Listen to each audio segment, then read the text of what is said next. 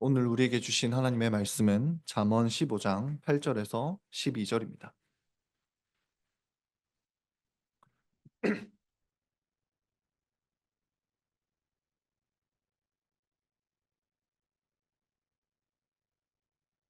잠언 15장 8절에서 12절 말씀입니다.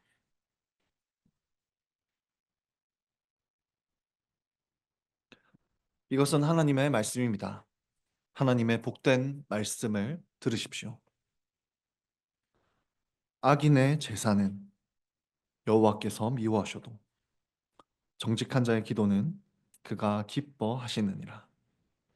악인의 길은 여호와께서 미워하셔도 의를 따라가는 자는 그가 사랑하시느니라. 도를 배반하는 자는 엄한 징계를 받을 것이요 견책을 싫어하는 자는 죽을 것이니라. 음부와 유명도 여호와 앞에 드러나거든 하물며 인생의 마음이리요. 거만한 자는 견책받기를 좋아하지 아니하며 지혜 있는 자에게로 가지도 아니하느니라. 아멘. 오늘 읽은 이 말씀을 통해 지옥 앞에서 들려오는 복음, 지옥 앞에서 들려오는 복음이라는 제목으로 하나님의 말씀을 선포하겠습니다. 여러분, 지난주에 우리는 부활에 대한 복음을 들었습니다. 부활은 정말 복된 소식입니다. 이 땅에서 예수님을 사랑하는 자들은 부활할 것입니다. 그리하여 영원히 예수님을 사랑하게 될 것입니다. 그런데 여러분, 성도들만 부활하는 것은 아닙니다. 성경에 따르면 세상 모든 사람들이 다 부활합니다. 요한복음 5장 28절에서 29절을 보시면 무덤 속에 있는 자가 다 그의 음성을 들을 때가 오나니 선한 일을 행한 자는 생명의 부활로 악한 일을 행한 자는 심판의 부활로 나오리라 말씀합니다. 이 말씀에서 보듯이 모두가 다 부활합니다. 그런데 어떤 사람들은 생명의 부활을 누립니다. 다시 말해 죽지 않을 새로운 몸을 선물 받아서 영원히 하나님과 사랑을 나누는 그런 복을 누리게 됩니다. 반면에 심판의 부활을 경험하는 사람들도 있습니다. 부활한 이후에 곧바로 심판을 받아 영원한 지옥으로 떨어진다는 것입니다. 모두가 부활한다는 것은 분명하지만 모두에게 부활이 복된 소식은 아닙니다. 마침 오늘 잠언은 그 내용에 대해서 교훈합니다. 부활이 정말 우리에게 복된 소식이 될 수 있을지 오늘 말씀을 통해 스스로를 살펴보시기 바랍니다. 세 가지로 교훈하도록 하겠습니다. 첫 번째 교훈입니다. 참된 지혜는 지옥에서 돌이키는 것입니다. 참된 지혜는 지옥에서 돌이키는 것입니다. 먼저 8절입니다. 우리 함께 읽겠습니다. 시작. 악인의 제사는 기도는 그가 기뻐하시니라. 여러분, 우리는 보통 누가 악인이라고 생각합니까? 우리는 악인이라고 하면 보통 큰 범죄를 저지른 그런 중범죄자들을 떠올립니다. 넓게 생각해도 세속적으로 사는 사람들, 그런 사람들을 악인이라고 생각합니다. 그런데 8절에 나타나는 악인을 보십시오. 무엇을 하고 있습니까? 제사를 드리고 있습니다. 여러분, 당시에 제사를 드린다는 것은 정말 어려운 일이었습니다. 제사를 드리기 위해서는 성전이 있는 예루살렘까지 수십 킬로를 걸어와야 했습니다. 또 예루살렘은 높은 고지대에 있었는데 차도 없는 시대에 그 오르막길을 걸어 수십 킬로를 걸어온다는 것은 보통의 일이 아니었습니다. 심지어 오는 길에는 강도를 만날 위험도 있었습니다. 오늘 본문의 악인은 그런 어려움을 겪으면서까지 성전에 와서 제사를 드리고 있다는 것입니다. 하나님께서 그런 제사를 드리는 사람이라면, 그 정도의 어려움을 감수하고 제사를 드리고 있다면 기뻐하셔야 할 것 같지 않습니까? 그런데 놀랍게도 하나님은 그들의 제사를 미워한다 하십니다. 여기서 미워한다는 표현은 가증스러워 하신다라는 말입니다. 역겨워하시고 꼴도 보기 싫어하신다 라는 의미입니다. 하나님이 왜 이들의 제사를 싫어할까요? 그 이유는 이 악인들이 거짓된 사랑으로 제사를 드렸기 때문입니다. 예를 들면 이런 것입니다. 어떤 부부가 있습니다. 남편은 아내만을 극진히 사랑했습니다. 그런데 남편은 어느 날 충격적인 사실을 알게 됩니다. 아내가 자신이 출근하기만 하면 불륜을 저지르고 있다는 것, 그것을 알게 된 것입니다. 아내는 남편이 출근하기만 하면 다른 남자와 밀회를 즐겼습니다. 그러다가도 남편이 직장에서 돌아오면 아무 일 없다는 듯이 평소와 똑같이 행동을 했습니다. 함께 누웠고 함께 일어났습니다. 출근할 때마다 꼭 안아주고 퇴근하고 집에 오는 남편에게 사랑한다고 표현하기도 했습니다. 여러분, 아무것도 모르는 사람이 본다면 이 가정은 아주 행복한 가정으로 보입니다. 하지만 모든 것을 알고 있는 남편의 눈으로 볼 때 이 아내의 행동이 어떻게 보이겠습니까? 아내가 애정 표현을 한다고 해서 사랑스러워 보이겠습니까? 그렇지 않습니다. 아내의 거짓된 모든 애정 표현이 역겹게 느껴질 것입니다. 바로 이것이 8절의 내용입니다. 사람의 눈에 보기에는 모든 제사가 다 경건하게 보입니다. 그러나 마음을 꿰뚫어 보시는 하나님의 눈으로 볼 때에는 거짓된 사랑으로 드려지는 이 악인의 제사가 가증스럽게 보인다는 것입니다. 9절도 마찬가지입니다. 9절 같이 읽겠습니다. 시작. 악인의 길은 여호와께서 그가 사랑하시느니라. 여기서 길이라는 표현에 주목해 보시기 바랍니다. 이 단어, 길이라는 단어는 삶의 방식을 말합니다. 다시 앞선 예시로 한번 돌아가 봅시다. 모든 것을 알고 있는 남편은 아내의 모든 행동이 가증스러워 보이기 시작합니다. 아내가 아무렇지 않게 밥을 먹는 것, 아무렇지 않게 자녀를 챙기는 것, 그 모든 것이 가증스럽게 보일 것입니다. 여러분, 악인들에 대한 하나님의 마음도 마찬가지입니다.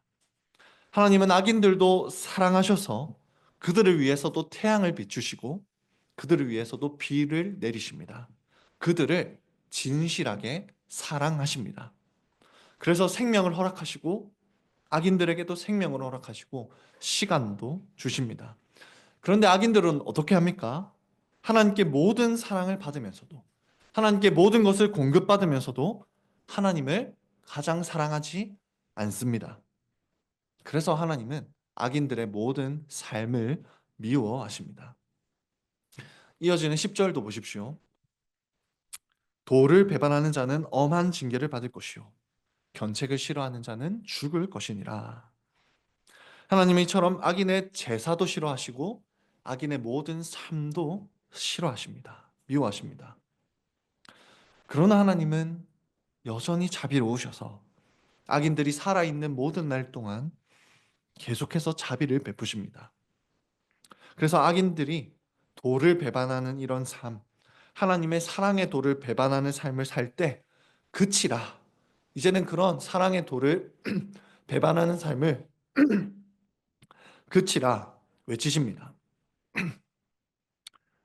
10절의 앞부분은 사랑의 도를 배반하는 자에게 하나님이 징계를 내리셔서라도 그들이 돌아오게 하신다라는 의미입니다.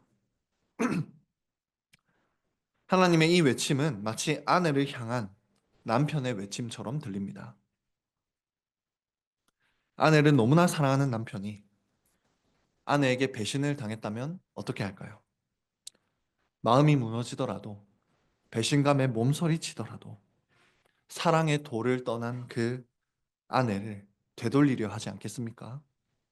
사실 구약 성경 전체가 바로 그런 내용입니다. 하나님으로부터 마음이 떠난 백성들, 그 백성들을 되돌리시려는, 회개하게 하시려는 하나님의 외침이 구약 전체에 나타나 있습니다. 바로 그것처럼 하나님은 하나님의 도를 배반하는 자들이 있을 때마다 책망하시면서 외치십니다. 돌아오라, 돌아오라 외치십니다. 그러나 아무리 하나님께서 외치셔도 듣지 않는 자들이 있습니다. 끝까지 하나님의 책망을 무시하고 회개의 기회를 걷어차는 그런 사람들이 있습니다. 그런 자들이 어떻게 된다라고 말씀합니까? 우리 10절 후반부 보십시오. 견책을 싫어하는 자는 죽을 것이니라. 견책을 싫어하는 자, 그런 자는 죽을 것이니라 합니다. 하나님께로 돌아오라는 이 견책을 듣고도 무시하는 자는 반드시 죽을 것입니다. 여러분, 죽음이 무엇입니까? 우리가 지난주에도 들었는데 죽음이 무엇입니까? 하나님으로부터 끊어지는 것이 죽음입니다. 만약 거짓된 사랑을 버리라 이 말씀을 듣고도 계속해서 무시한다면, 나를 진실하게 사랑하라 이 말씀을 듣고도 계속해서 무시한다면, 하나님을 진실하게 사랑하지 않는다면 하나님으로부터 끊어질 수밖에 없다는 것입니다. 여러분 기억하십시오. 우리는 믿음에 대해서 오해할 때가 너무나 많습니다. 여러분 근데 믿음이 무엇입니까? 믿음은 하나님만을 최고로 사랑하는 것이 믿음입니다. 만약 하나님을 최고로 사랑하지 않는다면 우리는 믿는 것이 아닙니다. 하나님을 최고로 사랑하지 않는다면 그것은 하나님을 사랑하는 것도 아닙니다. 하나님은 오늘 이 말씀을 통해 우리에게 견책하십니다. 나를 가장 사랑하지 않는 자는 믿지 않는 것이다. 나를 가장 사랑하지 않는 자는 죽을 것이다. 라고 말씀하고 계십니다. 여러분, 하나님의 이 말씀은 허풍이 아니라는 사실을 꼭 기억하시기 바랍니다. 하나님을 가장 사랑하지 않는 사람은 정말로 죽어서 영원한 죽음, 지옥의 형벌을 당하게 될 것입니다. 여러분, 이 말씀 앞에서 우리를 돌아보기를 원합니다. 여러분, 우리는 오늘도 1계명을 들었습니다. 1계명 무엇입니까? 하나님만을 사랑하고 섬기라는 계명이 1계명입니다. 나 외에 다른 신들을 두지 말라 이 말씀은 하나님만을 마음에서부터 가장 최고로 사랑하라는 말씀입니다. 여러분은 마음에서부터 최고로 하나님을 사랑하십니까? 스스로 돌아보시기 바랍니다. 그런데 적어도 여기에서 이렇게 예배드리는 우리의 모습을 보면 우리는 다 하나님을 최고로 사랑하는 것처럼 보이기도 합니다. 겉으로 볼 때는 하나님을 사랑하지 않아서 버림받는 자가 아무도 없을 것 같습니다. 누구도 지옥에 가는 그런 사람들은 없을 것 같습니다. 그런데 여러분, 이어지는 11절 말씀을 보면 우리를 오싹하게만 하는 말씀이 등장합니다. 11절 우리 함께 읽겠습니다. 시작. 음부와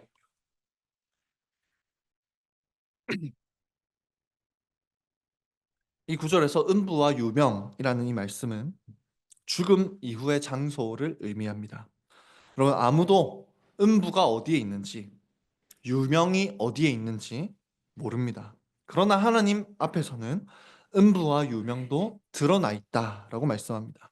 무슨 의미일까요? 하나님 앞에서는 아무것도 숨겨질 수가 없다는 것입니다. 아무것도 숨겨질 것이 없다라고 말씀하십니다.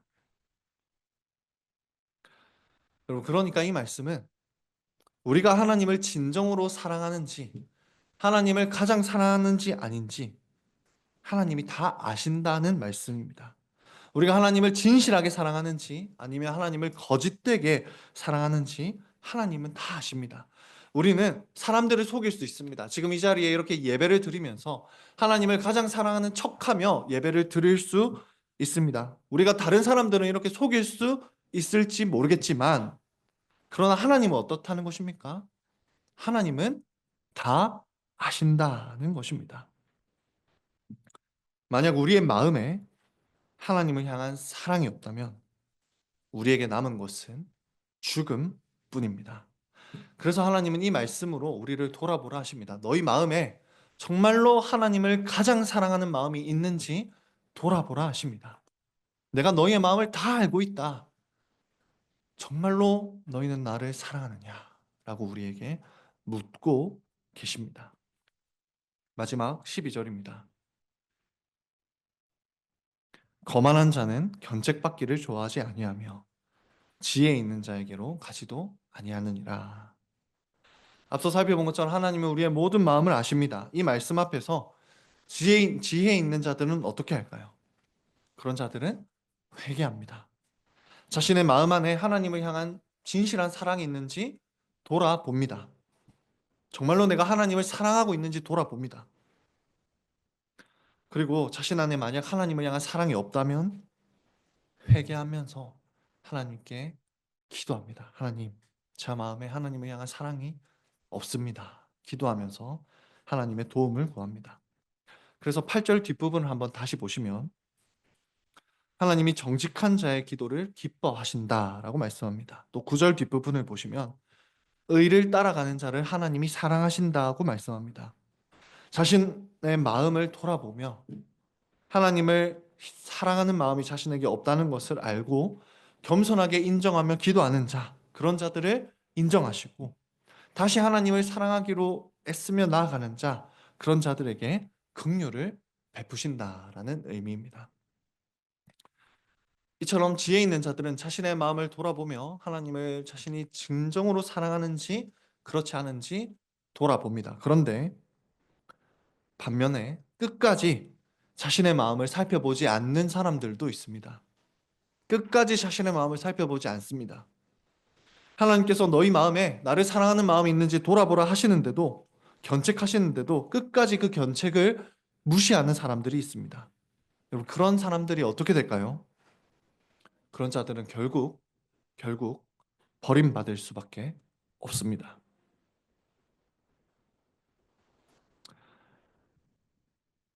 하나님께 버림받은 악인들이 어떻게 되는지 우리는 알고 있습니다. 여러분 하나님께 버림받은 악인들이 어디로 갑니까? 하나님께 버림받으면 그들이 갈 곳은 지옥밖에 없습니다. 저는 오늘 본문은 견책을 싫어하는 악인들이 결국 지옥으로 달려가는 그런 내용으로 마무리되고 있습니다. 여러분 그러므로 오늘 본문이 가르쳐주는 지혜는 무엇입니까? 오늘 본문이 가르쳐주는 첫 번째 지혜는 지옥에서 돌이키는 것이 지혜다라고 우리에게 교훈하고 있습니다. 하나님을 진정으로 사랑하는 마음이 없는 자들은 하나님께 버림받아 지옥으로 갈 수밖에 없습니다. 그러니 이 지옥의 문 앞에서 지옥에서 돌이키는 것이 지혜다라는 것을 우리에게 교훈합니다. 이어서 두 번째 교훈입니다. 우매한 우리는 지옥 앞에서 머뭇거리고 있습니다. 우매한 우리는 지옥 앞에서 머뭇거리고 있습니다. 여러분 오늘 본문이 말씀하는 핵심적인 죄가 무엇입니까? 거짓 사랑이 바로 오늘 본문이 말하는 핵심적인 죄입니다. 여러분 8절을 한번 다시 보십시오. 하나님이 왜 악인들의 제사를 가증스러워 하셨습니까? 그 마음에 하나님을 향한 진실한 사랑이 없었기 때문입니다. 하나님이 왜 악인들의 길을 가증스러워 하셨습니까? 역시 하나님을 향한 마음이 없었기 때문입니다. 하나님은 악인들의 마음속에 있는 거짓 사랑을 꿰뚫어 보셨습니다. 그리고 그들의 거짓 사랑이 가증스럽다라고 말씀하고 계십니다. 그것이 오늘 본문에서 말하는 계속해서 반복하는 죄입니다. 여러분 그렇다면 이 말씀 앞에서 우리의 마음을 한번 돌아보기를 원합니다. 그렇다면 우리 마음에는 하나님을 향한 진정한 사랑이 있습니까? 여러분 앞서 말씀드렸듯이 하나님을 향한 진정한 사랑은 하나님을 가장 사랑하는 것입니다. 여러분 물론 하나님을 향한 사랑이 부족할 수는 있습니다. 하지만 하나님을 가장 사랑하는데 그 사랑이 부족한 것과 하나님을 거짓으로 사랑하는 것은 다릅니다. 가령 이런 것입니다. 아내가 남편만을 사랑하는데 남편에 대한 사랑이 부족할 수도 있습니다. 그렇지 않겠습니까? 남편만을 사랑하는데 그 남편에 대한 사랑이 조금 부족할 수는 있습니다. 그것은 사랑이 부족한 것입니다. 그런데 남편도 사랑하고 다른 남자도 사랑하는 것은 부족한 사랑이 아닙니다. 그것은 가증스러운 사랑입니다. 거짓된 사랑입니다. 그래서 성경은 반복해서 말합니다. 우리가 하나님을 사랑해야 하는데 어떤 사랑으로 사랑해야 한다 말하느냐? 하나님을 가장 사랑해야 한다고 반복해서 말씀합니다. 하나님을 가장 사랑하는 것이 진정한 사랑이요, 진정한 믿음이다라고 우리에게 교훈하십니다. 여러분, 그런 점에서 우리는 천국이 누구의 것인지 알 수 있습니다. 여러분, 장차 우리는 부활한다라고 했습니다. 서두에 우리 모두는 부활하게 될 것이다 했습니다. 그때 누군가는 천국으로 들어가고 또 누군가는 지옥에 갈 것입니다. 그럼 그렇다면 누가 천국에 들어가고 누가 지옥에 들어갈 거예요? 먼저 누가 천국에 들어가겠습니까? 성경에 따르면 하나님을 가장 사랑하는 사람들이 천국으로 갑니다. 하나님을 가장 사랑하는 사람들이 천국에 갑니다. 그러니 이 땅에서 하나님을 가장 사랑하지 않는데, 하나님을 가장 사랑하지 않고서도 천국에 갈 수 있을 거라고 착각하지 마시기 바랍니다. 여러분, 하나님을 가장 사랑하지 않는다면 그들이 갈 곳은 천국이 아닙니다. 심지어 여러분, 우리는 하나님을 가장 사랑하지 않는 것을 넘어서 하나님께서 미워하시는 일들을 좋아하며 행합니다. 여러분, 우리가 누군가에게 행동을 할 때, 누군가가 싫어하는 일을 계속하는 것은 상대방을 조롱하고 모욕하는 일입니다. 마찬가지입니다. 하나님은 우리에게 죄를 싫어하신다고 계속해서 말씀하십니다. 그런데 그 말씀을 계속해서 무시하면서 날마다 반복해서 죄를 짓는 것은 하나님을 모욕하는 것입니다. 우리는 사실 매일매일 비밀이 철저하게 보장되는 곳에서 죄를 지으며 하나님을 모욕하고 있습니다. 우리는 매일매일 우리의 비밀이 철저하게 보장되는 그곳에서 하나님을 모욕하고 있습니다. 여러분, 우리의 비밀이 철저하게 보장되는 곳이 있습니다. 어디일까요? 집일까요? 집이 아닙니다. 혼자 있을 때일까요? 혼자 있을 때도 있지만 그렇지 않을 수도 있습니다. 그리고 우리의 비밀이 철저하게 보장되는 곳은 바로 우리의 마음입니다.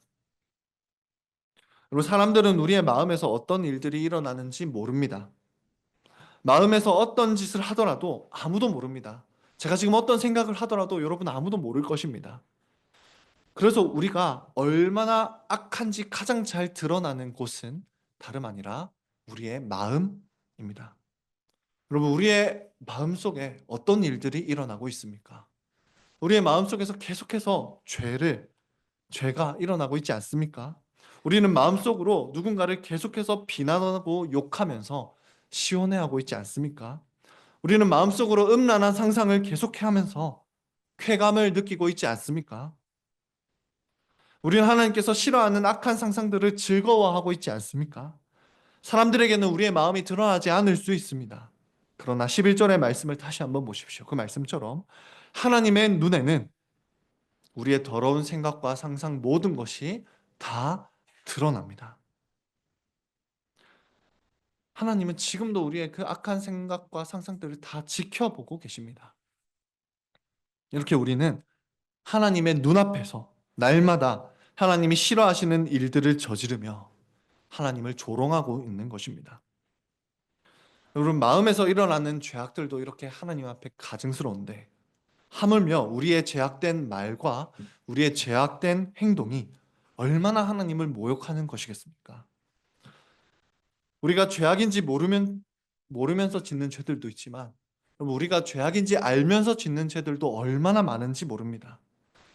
여러분, 우리의 마음의 죄, 우리의 말과 행동의 죄를 생각하면 우리는 정말 셀 수도 없는 수많은 죄들을 지으며 심지어 눈앞에서 하나님께서 싫어하시는 그런 죄들을 지으며 날마다 하나님을 조롱하고 있습니다. 그런데도 불구하고 우리는 마치 하나님을 사랑하는 척하면서 살아갑니다. 우리에게 별 문제가 없다는 듯이 눈물로 회개하지도 않습니다. 아마 별다른 일들이 없다면, 특별한 일이 없다면 우리는 평생 이렇게 살아갈 것입니다. 그렇지 않겠습니까? 별로 죄가 크다고 생각하지도 않으니 우리의 마음속에서 일어나는 그런 죄들, 그런 마음이 일어날 수도 있지 생각하면서 우리가 하나님을 모욕하는 줄도 모르고 그렇게 평생 살아갈 것입니다. 별다른 일이 없다면 우리는 평생 회개하지 않고 그렇게 살아갈 것입니다. 이런 우리의 모습은 본문 12절이 말씀하는 모습과 너무나 닮아 있습니다. 여러분 본문 12절 한번 다시 보십시오. 거만한 자는 견책받기를 좋아하지 아니하며 지혜 있는 자에게로 가지도 아니하느니라.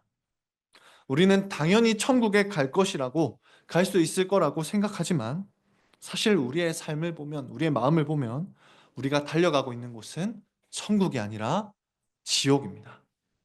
우리의 삶은 지옥으로 달려가는 자들의 모습과 더 닮아 있습니다. 견책을 받고서도 아무런 마음이 없는 그런 우리의 모습, 이런 모습을 한번 깊이 고민해 보시기 바랍니다. 여러분, 어쩌면 우리는 천국에서 쫓겨날지도 모르겠습니다. 그렇다면 여기서 우리는 한 가지 생각해 보아야 할 점이 있습니다. 여러분, 만약 우리가 천국에서 쫓겨나게 된다면 우리는 어디로 가게 될까요? 우리가 천국에서 쫓겨나게 된다면 우리는 어디로 가게 될까요? 천국에서 쫓겨난 자들이 갈 곳은 딱 한 곳입니다. 바로 지옥뿐입니다. 여러분, 이것이 오늘 사실 설교의 핵심입니다.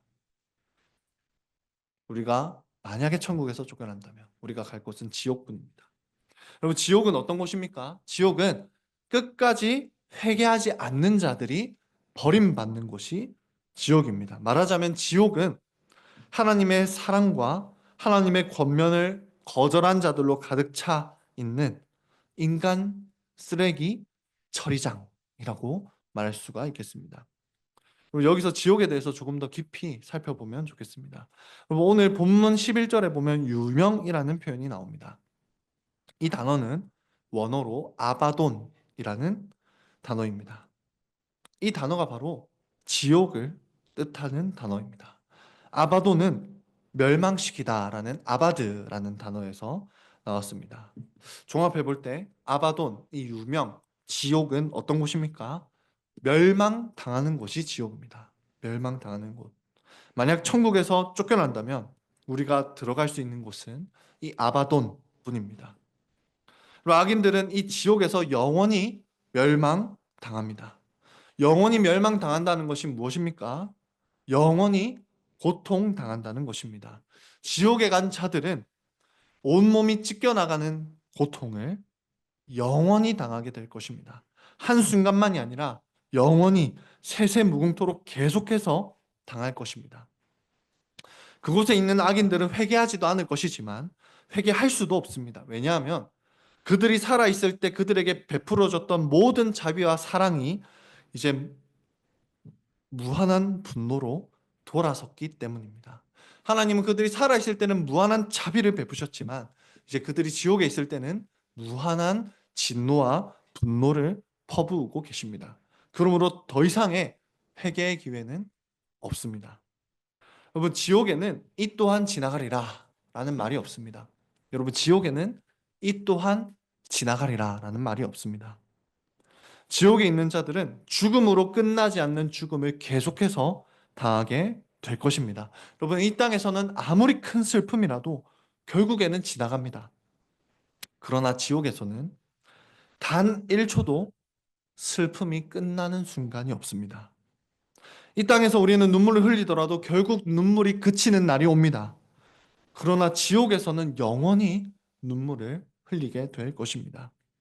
이 땅에서는 감옥이라도 약간의 자유가 있습니다. 그러나 지옥에는 자유 없는 답답함과 묶임 속에서 영원히 지내야 합니다. 지옥에서는 희망의 흔적도 찾을 수 없는 절망이 계속됩니다. 언제까지요? 하나님이 영원히 살아계시듯이 저주받은 자들의 고통도 영원할 것입니다. 그럼에도 불구하고 지옥에 있는 자들은 회개하지 않을 것입니다. 더 악하게 소리치며 억울해할 것입니다. 내가 무슨 그리 큰 죄를 저질렀냐 라고 억울해하면서 하나님께 소리칠 것입니다. 다시 말해 지옥에서도 하나님을 조롱하며 죄를 짓는다는 것입니다. 여러분, 지옥에서 죄를 지으면 괜찮을까요? 그렇지 않습니다. 여러분, 한번 감옥을 생각해 보십시오. 감옥에 들어간 자들이 감옥 안에서 죄를 지으면 괜찮습니까? 아니요. 감옥에서 더 오래 있어야 합니다. 마찬가지입니다. 지옥에 있는 자들은 지옥에서도 회개하지 않으면 계속해서 죄를 지을 것입니다. 그때마다 그들이 받아야 할 형벌도 더 늘어납니다. 그래서 악인들은 지옥에서 영원히 고통받게 되는 것입니다. 이것이 악인들이 받게 될 심판입니다. 하나님은 마지막 날에 악인들을 부활시키셔서 그들의 말과 행동과 그리고 마음과 상상으로 저지른 모든 죄에 대해서 공평하게 심판하실 것입니다. 그동안 하나님께서 그들에게 베푸신 수많은 자비와 사랑을 그들이 얼마나 끈질기게 무시했는지 거기에 대해서도 심판하실 것입니다. 여러분, 아마 그날에 오늘 이 설교도 사용될 것입니다. 지옥에서 돌이키라는 이 사랑의 외침을 듣고도 이 사랑의 외침을 듣고도 너희가 무시하지 않았느냐 라는 말씀을 듣게 될 것입니다. 지옥에서 돌이키라고 내가 어느 날 지옥에 대한 설교를 너희에게 전하면서 내가 너희에게 말하지 않았느냐, 왜 돌이키지 않았느냐, 하나님이 우리에게 말씀하실 것입니다. 그리고 하나님이 우리에게 모든 죄목에 대해서 유죄라고 말씀하시는 그 음성을 듣게 될 것입니다. 그리고 그 음성이 악인들이 듣게 될 하나님의 마지막 음성입니다.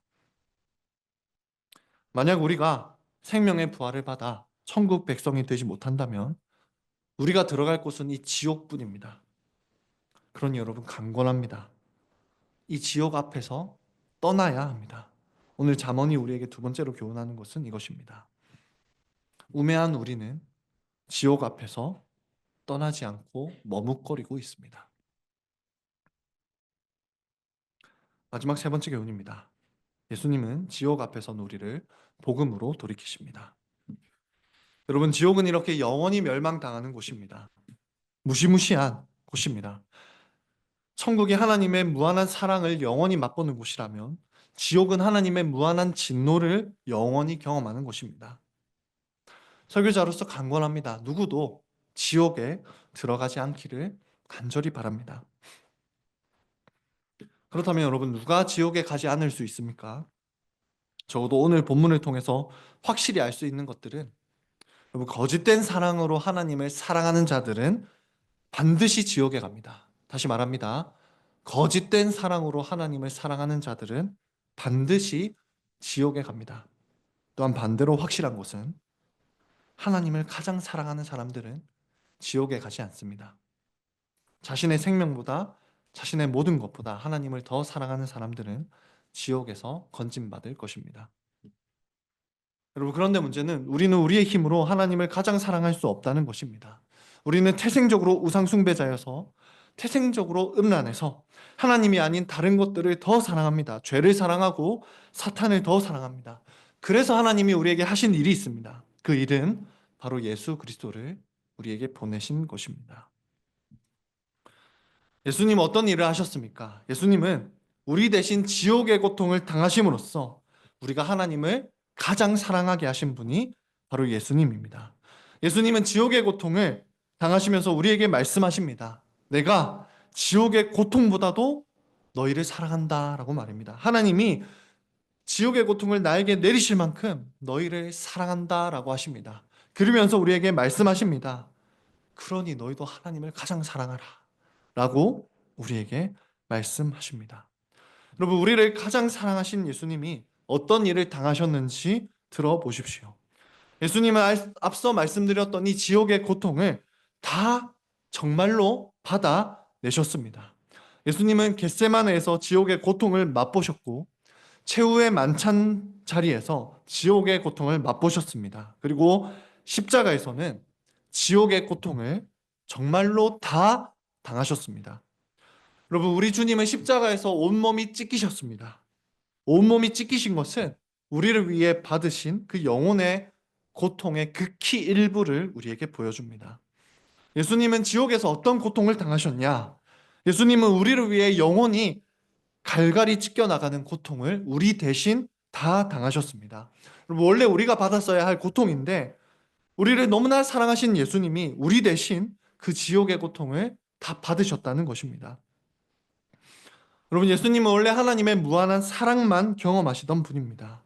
그런데 하나님의 예수님께 부어지던 그 무한한 하나님의 사랑이 한순간 무한한 진노로 바뀌었습니다. 원래 그 분노는 우리에게 쏟아져야 했던 것입니다. 그런데 예수님은 우리가 그 하나님의 무시무시한 분노를 맛보게 하지 않으시려고 우리 대신 하나님의 모든 분노와 진노를 다 감당하셨습니다. 예수님은 인간이 상상할 수도 없는 모든 고통을 다 당하셨습니다. 예수님은 우리를 위해 끝없는 슬픔을 경험하셨습니다. 우리를 위해 자유 없는 답답함을 경험하셨습니다. 우리를 위해 희망이 없는 절망을 경험하셨습니다. 원래 그 모든 고통은 우리의 것이어야 했는데 예수님이 우리 대신 다 받으신 것입니다. 우리는 사랑하는 사람이 고통을 당하지 않기를 바랍니다. 여러분, 한번 생각해 보십시오. 여러분은 여러분이 사랑하는 사람이 고통을 받기를 원하십니까? 결코 그렇지 않을 것입니다. 사랑하는 사람이 고통을 맛보지도 않기를 원합니다. 예수님은 우리를 너무나 사랑하셔서 우리가 지옥의 고통을 맛보지도 않게 하셨습니다. 우리를 지옥에서 끄집어내시고는 친히 지옥으로 들어가신 것입니다. 그래서 예수님은 하나님께서 우리에게 내리셔야 했던 그 진노의 잔을 단 한 방울도 남김없이 다 마시셨습니다. 인간이 아무리 잔인한 언어로 표현한다고 해도 예수님이 겪으신 그 잔인한 고통을 다 표현할 수는 없을 것입니다. 놀라운 것은 이 지옥의 고통보다도 예수님의 사랑이 더 크다는 것입니다. 지옥의 고통보다도 우리를 향한 하나님의 사랑과 자비가 더 큽니다. 그러므로 여러분, 지옥의 고통에 대해서 이렇게 말씀드리는 이유는 지옥의 고통을 여러분에게 알려드리면서 여러분을 두렵게 하기 위함이 아닙니다. 지옥의 고통을 알려드리는 이유는 그 지옥의 고통보다도 하나님의 사랑이 더 크다는 것을 여러분에게 말씀드리기 위해 지금 이렇게 지옥의 고통을 수많은 설교자들이 그렇게 말해 왔습니다. 여러분, 예수님의 십자가를 보십시오. 예수님이 정말로 우리를 위해 지옥의 고통을 다 십자가에서 받아내셨음을 보십시오. 여러분이 만약 정말로 이 십자가를 믿는다면, 여러분 정말로 하나님이 우리 대신, 예수님이 우리 대신 모든 지옥의 고통을 다 당하셨음을 믿는다면 우리가 하나님을 조금 사랑하는 것은 불가능합니다. 십자가를 믿는다면, 아니 십자가를 안 믿는다면 하나님을 조금만 사랑하는 게 가능할지도 모르겠습니다. 그런데 여러분, 정말 예수님께서 우리 대신 지옥의 고통을 다 당하셨음을 믿는다면 하나님을 조금 사랑하는 것은 불가능합니다. 하나님을 가장 사랑할 수밖에 없습니다. 여러분, 그러니 우리가 언제 하나님을 가장 사랑할 수 있습니까? 언제 하나님을 가장 사랑하는 사람이 되어서 천국으로 들어갈 수 있습니까? 지옥에 대해서 알 때 우리는 하나님을 가장 사랑할 수 있습니다. 예수님이 우리를 위해 그 무한한 지옥의 고통을 다 받아내셨음을 진정으로 믿을 때 우리는 하나님을 가장 사랑할 수 있습니다. 여러분, 그 지옥의 고통을 진정으로 믿는다면 우리는 아무리 작게 사랑한다고 해도 내 생명보다 하나님을 더 사랑하게 됩니다. 우리가 아무리 작게 사랑한다고 해도 내 가족보다 하나님을 더 사랑할 수밖에 없습니다. 성령님께서 정말 우리 마음에 오셔서 예수님을 믿게 하시면 우리는 하나님을 가장 사랑할 수밖에 없다는 것입니다. 그렇게 십자가를 믿게 된 사람은 하나님을 사랑하지 않는 것이 지옥에 가야 할 죄로 보이기 시작합니다. 하나님께서는 우리를 영원히 버리지 않으시려고 예수님을 버리셨습니다.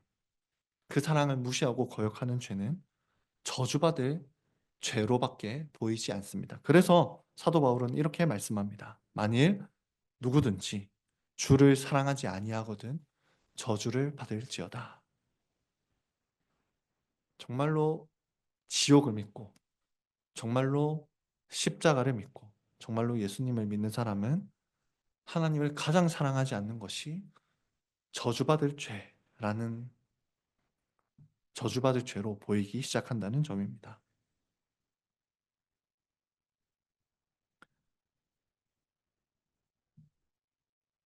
여러분, 예수님은 자신이 지옥의 고통을 우리 대신 당하셨다는 복음이 계속해서 교회에서 선포되게 하십니다. 여러분, 우리는 매주 성찬식에 참여합니다. 예수님은 성찬식을 통해서 우리에게 보여주십니다. 무엇을 보여주십니까? 예수님이 우리 대신 지옥의 고통을 다 당하셨다는 것을 우리에게 매주 보여주십니다. 우리는 매주 성찬식에 참여할 때마다 예수님이 우리 대신 지옥의 고통을 다 당하셨음을 바라보며 참여해야 합니다. 그리고 우리가 이 빵이 찢어지는 것을 봅니다. 이것을 자세히 보십시오. 오늘도 빵이 찢어질 때 자세히 보십시오. 바로 그처럼 예수님은 십자가에서 우리를 위해 모든 영혼이 찢겨져 나가는 고통을 당하셨습니다. 우리가 이 찢겨진 빵을 먹을 수 있는 이유는 예수님께서 우리 대신 찢기셨기 때문입니다. 또한 오늘 우리는 축복의 잔도 마십니다. 우리가 축복의 잔을 마실 수 있는 이유는 그리스도께서 우리 대신 저주의 잔을 다 마셔주셨기 때문입니다. 원래 우리가 마셨어야 할 저주의 진노의 잔을 생각하시면서 우리에게 베푸신 축복의 잔에 참여하시기 바랍니다. 예수님으로 인해 우리는 지옥에서 건짐받았는데 다 함께 건짐받아 오늘 이 성찬의 자리에 참여하게 됩니다. 우리는 함께 예수님의 찢긴 몸을 받아먹고 흘리신 피를 받아먹습니다. 이어서 우리 성찬에 참여하는 우리 모두가 영원히 천국에서 사랑하게 될 존재라는 진리 또한 보여줍니다. 그러므로 지옥에 대한 이 복음은 오히려 우리가 서로 사랑하게 합니다. 왜냐하면 우리 모두가 지옥에서 건진받아 영원히 서로 사랑할 존재가 되었기 때문입니다. 이처럼 예수님은 매주 우리에게 지옥에 관련된 복음을 들려주시고 보여주고 계십니다. 십자가를 선포하는 설교를 들으십시오. 그 선포 때마다 십자가를 들을 때마다 예수님이 우리 대신 지옥의 고통을 당하셨음을 믿으시기 바랍니다. 십자가를 보여주는 성찬을 바라보시고 성찬에 참여하십시오. 십자가에서 나타난 이 예수 그리스도의 복음, 말하자면 이 지옥으로부터 건짐받은 복음을 들으시기 바랍니다. 그리하여 지금부터 영원히 하나님을 가장 사랑하는 삶을 사시기 바랍니다. 하나님을 가장 사랑하는 사람, 그 사람이 천국에서 영원히 하나님을 사랑하게 될 자들입니다. 말씀을 정리하며 맺겠습니다. 오늘 우리는 지옥에 관한 설교를 들었습니다. 그러나 이 지옥에 관한 가르침은 우리에게 복음이 됩니다. 왜 복음입니까? 지옥은 우리의 죄가 얼마나 깊은지 보여줍니다. 동시에 지옥은 우리의 죄보다도 더 깊은 그 하나님의 사랑을 보여줍니다. 하나님은 죄보다도 더 깊은 사랑으로, 지옥의 고통보다도 더 큰 사랑으로 우리를 건지시고 사랑하셨습니다. 이 사랑을 믿는 자는 하나님을 가장 사랑할 수밖에 없습니다. 그러니 지옥 앞에서 들려오는 이 복음을 믿으시기 바랍니다. 그리고 하나님을 가장 크게 사랑하는 우리가 되기를 바랍니다. 하나님을 가장 크게, 하나님을 영원히 사랑하는 우리 모두가 되기를 바랍니다. 하나님을 가장 사랑하는 복이 부활하여 이 땅에서도 하나님을 사랑하고 부활한 이후에도 영원히 하나님을 가장 사랑하는 복이 광교 장로교회 모든 성도들에게 있기를 성부와 성자와 성령의 이름으로 축원합니다. 아멘.